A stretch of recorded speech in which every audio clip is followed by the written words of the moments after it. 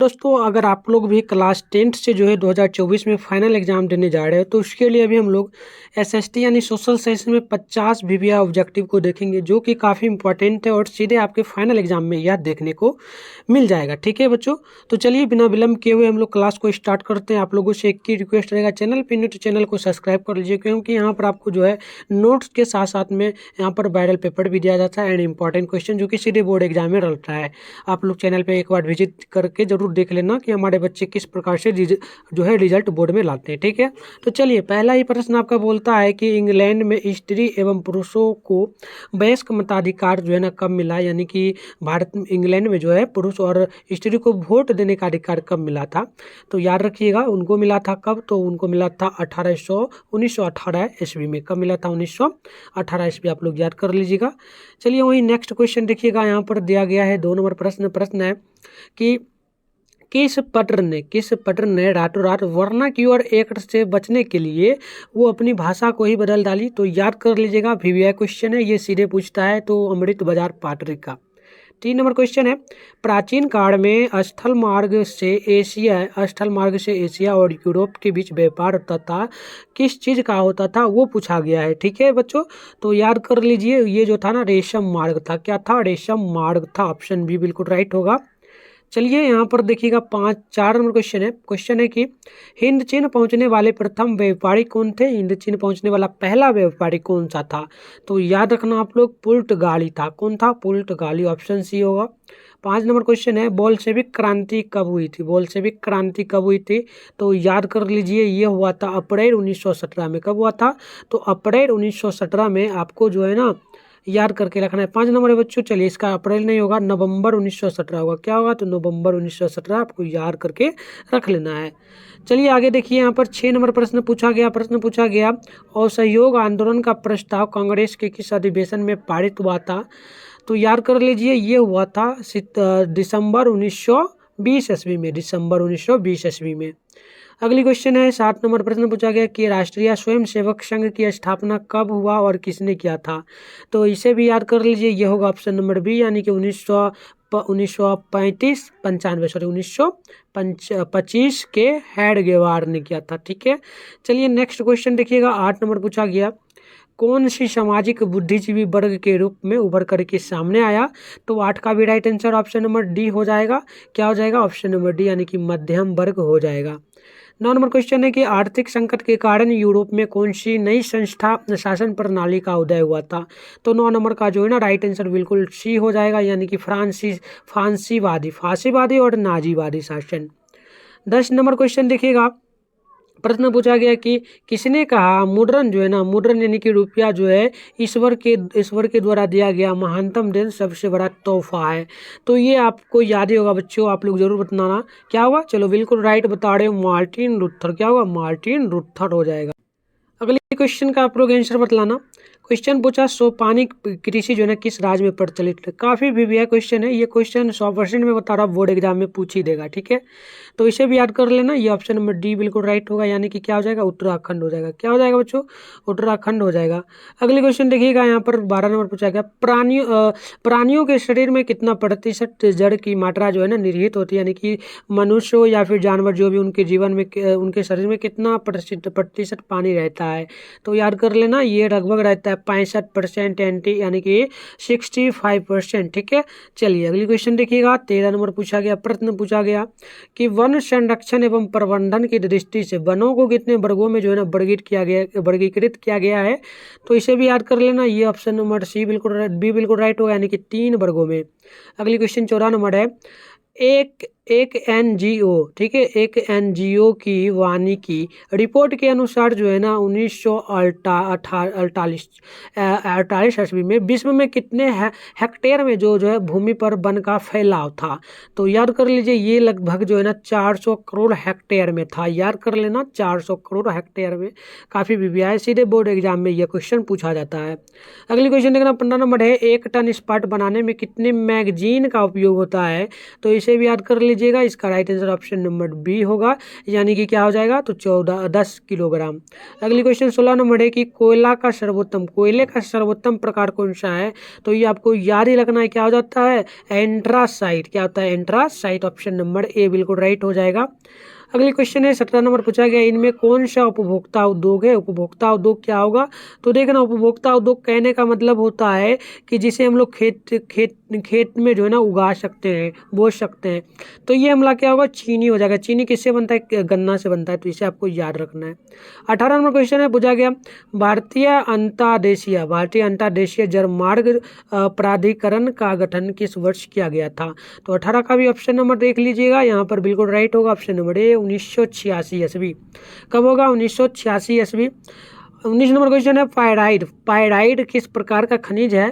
तो पायराइड आपको याद रखना है, क्या होगा आप लोग जरूरी से बतलाना। बिल्कुल राइट आप लोग बतला रहे हो, अधात्विक। क्या होगा अधात्विक। चलिए अगली क्वेश्चन है 20 नंबर, और प्रश्न पूछा गया कि 2001 की जनगणना के अनुसार, यानी 2001 में जो चुनाव हुआ था उसके अनुसार बिहार में कितनी नगर, यानी कि नगर का मतलब हो गया कि देहात में जो लोग रहते हैं वहाँ पर कितना % जो है व्यक्ति था। तो याद रखिएगा लगभग जो है ना वहाँ पर कितना था, तो 10.5% लगभग था। कितना था 10.5% था।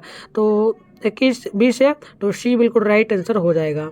अगली क्वेश्चन है 21 नंबर प्रश्न पूछा गया, निम्नलिखित व्यक्तियों में से कौन लोकतंत्र में रंगभेद का विरोध, रंगभेद का मतलब होता है ना कि गोला काड़ा जो कहा जाता है ना श्यामला, तो इसमें जो ना विरोधी रंगभेद का कौन नहीं था ये पूछा गया है। तो 21 का याद रखिएगा जेर गुड्डी नहीं था। अगली क्वेश्चन देखिएगा, अगली क्वेश्चन यहाँ पर 22 नंबर पूछा गया, प्रश्न देखिएगा क्या पूछा गया। प्रश्न है कि सांप्रदायिक राजनीति किस धारणा पर आधारित होती है। सांप्रदायिक राजनीति किस धारणा पर आधारित होती है। तो 22 का right answer option number A हो जाएगा, एक धर्म दूसरे धर्म से क्या होता है श्रेष्ठ होता है। चलिए अगली क्वेश्चन है 23 नंबर, संघ सरकार का उदाहरण क्या होगा। तो 23 नंबर का ऑप्शन नंबर ए याद कर लीजिए, अमेरिका हो जाएगा। ठीक है, चलिए अगली क्वेश्चन 24 नंबर, भारतीय लोकतंत्र में सत्ता के विरुद्ध जन आक्रोश किस दशक से जो है ना फैल गया था। तो याद कर लीजिए 24 का ऑप्शन नंबर बी, यानी कि 1970 के दशक से।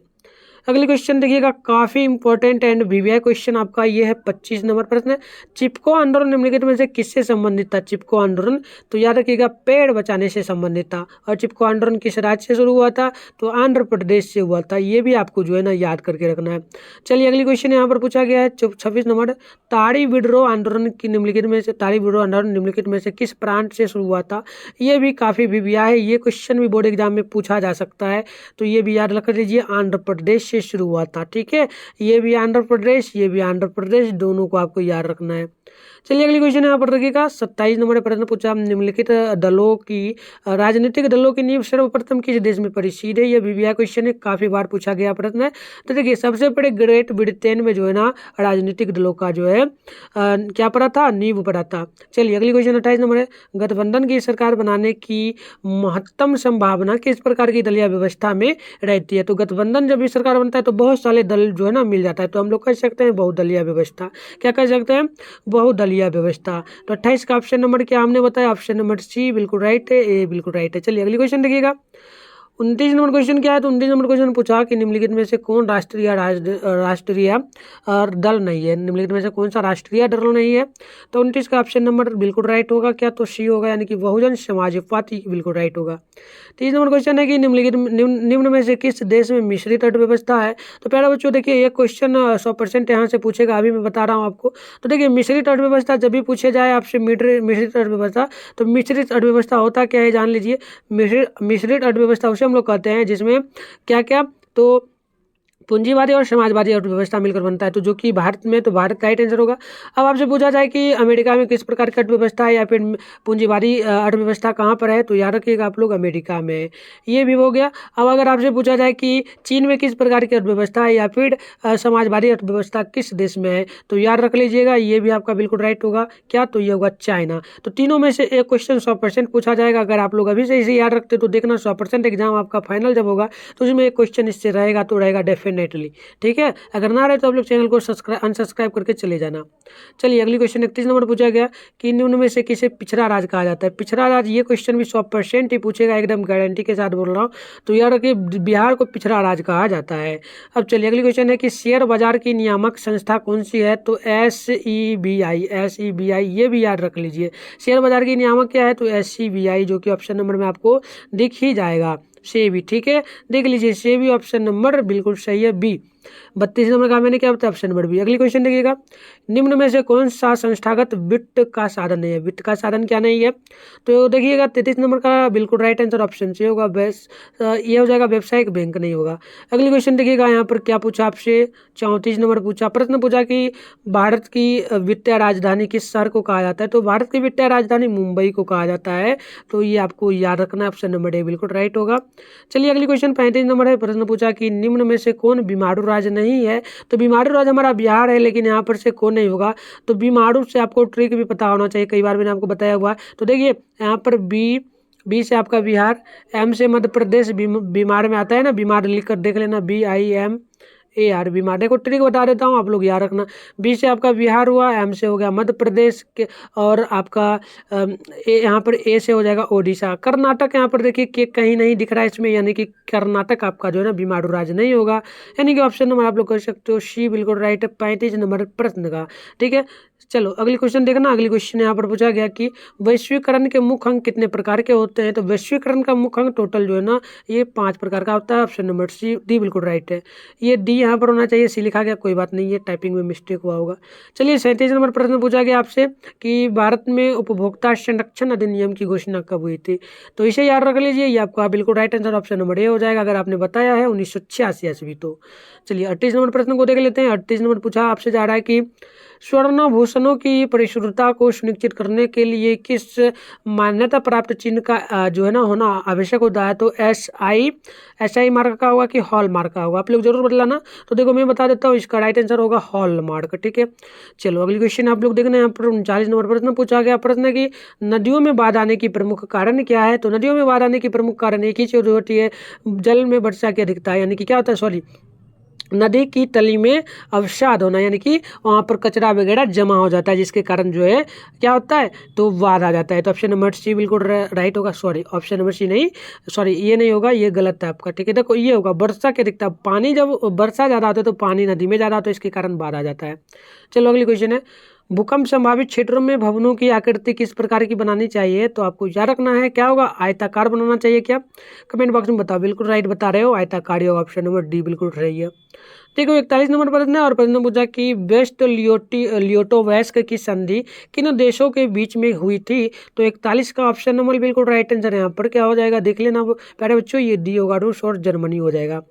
चलिए अगली क्वेश्चन यहाँ पर देखिएगा आप लोग, यहाँ पर जो है ना 42 नंबर प्रश्न पूछा कि मार्च 1946 ईस्वी में फ्रांस और वियतनाम के बीच जो एक समझौता हुआ था वह किस नाम से जाना जाता है। तो याद रखना, सभी को याद ही होगा, हनोई समझौता। जिन बच्चों को भी यह PDF मिल चुका है ना उनको टोटल याद होगा, ठीक है, क्योंकि यह PDF जो है बहुत पहले जो बच्चे पेड ग्रुप ज्वाइन किए तो उनको मिल चुका है, तो उनका रिवीजन हो गया, तो वो जरूर कमेंट बॉक्स में बता रहे होंगे। आप लोग जरूर बतलाना, अगर आप लोग पेड ग्रुप ज्वाइन कर चुके हो और क्लास में भी जुड़े हो तो आप लोग कमेंट बॉक्स में अपना आंसर बतलाने जाना, क्योंकि आपको याद ही होगा। ठीक है, चलो अगली क्वेश्चन आप लोग देखना, यहाँ पर जो है ना 43 नंबर है, पूर्ण स्वराज की मांग का प्रस्ताव कांग्रेस के किस अधिवेशन में पारित किया गया था। तो 43 का भी ऑप्शन नंबर जो है ना बिल्कुल ये हो जाएगा, यानी कि 1929 लाहौर में हुआ था। ठीक है, चलो 42 का मैंने ऑप्शन नंबर क्या बताया था आपको, डी बताया था। डी बताया था क्या, देखिए ये जो है ना 42 है क्या, 42 का ऑप्शन नंबर डी, हनोई समझौता शायद नहीं होना चाहिए, हनोई समझौता शायद ही होगा, ऑप्शन नंबर डी होगा, इनमें से कोई नहीं होगा। यहाँ पर सॉरी हनोई समझौता ही होगा, शायद होना चाहिए 42 का, आप लोग एक बार बता देना, मुझे लगता है हनोई समझौता फिक्स है। ठीक है, चलो अगली क्वेश्चन देखना आप लोग, यहाँ पर जो है ना 44 नंबर प्रश्न दिया गया है, वल्लभ भाई पटेल को सरदार की उपाधि किस किसान आंदोलन के उपरांत दी गई थी। तो ये तो याद ही होना चाहिए, कब उनको मिला था, तो उनको बारडोली आंदोलन के दौरान मिला था, शायद यही होगा क्या, सॉरी ये नहीं होगा, ये होगा अहमदाबाद आंदोलन के दौरान। ठीक है, चलो अगली क्वेश्चन देखना आप लोग, यहाँ पर 45 से भारत के लिए पहला फैक्ट्री एक्ट कब पारित हुआ था। तो 45 का ऑप्शन नंबर सी होगा, 1981 ईस्वी होगा। ठीक है, चलो 46 नंबर क्वेश्चन देखना। क्वेश्चन है कि पूंजीपति वर्ग के द्वारा किस वर्ग का शोषण किया गया था। तो 46 का ऑप्शन नंबर डी होगा, सभी वर्गों का। किनका? तो श्रमिक वर्ग, मध्यम वर्ग, कृषक वर्ग, सभी का हुआ था। चलो 47 नंबर क्वेश्चन देखना। क्वेश्चन पूछा गया कि आधुनिक युग की अर्थव्यवस्था के क्षेत्र में होने वाली सबसे बड़ी क्रांति कौन सी है। तो याद रखिए 47 का ऑप्शन नंबर बी बिल्कुल राइट होगा, यानी कि औद्योगिक क्रांति हो जाएगा। अगली क्वेश्चन है कि भूमंडलीकरण की शुरुआत किस दशक से हुई थी। तो 48 का ऑप्शन नंबर बिल्कुल जो है ना ए हो जाएगा, यानी कि 1990 के दशक से, 1990 के दशक से हो जाएगा। चलो अगली क्वेश्चन है कि गुटेलनबर्ग ने सर्वप्रथम किस पुस्तक की छपाई की थी। तो आप लोग याद रखना बाइबिल का उन्होंने छपाई किया था। किनका किया था? बाइबिल। याद रखना आप लोग बाइबिल का छपाई किया था। चलो अगली क्वेश्चन देखना बच्चों, यहाँ पर जो है ना 50 नंबर है, पूछा गया कि प्रश्न क्या पूछा गया देखना एक बार आप लोग। प्रश्न पूछा गया है क्या, ध्यानपूर्वक समझना। प्रश्न जो पूछा गया यहाँ पर देखना, पूछा गया प्रश्न 50 नंबर प्रश्न है कि विश्व में सर्वप्रथम मुद्रण की शुरुआत कहाँ हुई थी। तो आप लोग याद रखना चाइना में ही मुद्रा यानी रुपया का भी शुरुआत हुआ था। कागज जिस पे आप लोग लिखते हो ना पेन से, तो उसका भी, कागज का भी शुरुआत चाइना में ही हुआ था, ये भी याद रखना। देखो बच्चों क्वेश्चन तो बहुत सारा है, लेकिन मैं आपको अभी नहीं बताऊंगा, कुछ क्वेश्चन बता देता हूँ। टोटल इसमें 1000 क्वेश्चन हम ऐड कर चुके हैं, और जो पेड ग्रुप बच्चे ज्वाइन कर चुके हैं उनको पहले ही दे दिए, उनका रिवीजन वगैरह हो चुका है, उनको कोई नहीं रोक सकता है। 40 क्वेश्चन ही तो बनाना होगा फाइनल बोर्ड में, वो आराम से 80 में 80 बना देंगे, उनको मिल चुका है। आप लोगों ने नहीं ज्वाइन किया तो मैं बता दूंगा, बट कुछ क्वेश्चन और करा देता हूँ। चलिए 51 नंबर है, मेढक में प्रजनन की प्रतिक्रिया को बाधित करने वाला रसायन कौन सा होता है। तो याद रखिएगा क्या हो जाएगा, एंड्रीन होगा क्या। 51 नंबर देख लेना, 51 नंबर का आपका जो है ना ये आपका हो जाएगा एंड्रीन होगा, ठीक है।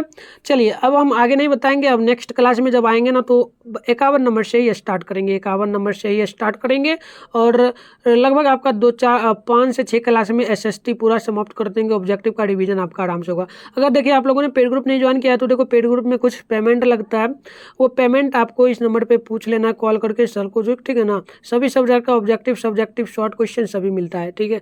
तो इस नंबर 696 पर आप लोग मैसेज कर देना। अगर आप लोग न्यू बच्चे हो, आपको नहीं कुछ पता है, तो आप लोग सबसे पहले इस पर मैसेज कर देना हाई लिख करके, और क्लास अपना लिख करके आपको ग्रुप का लिंक मिलेगा नॉर्मली वाला, उसको ज्वाइन कर लीजिएगा।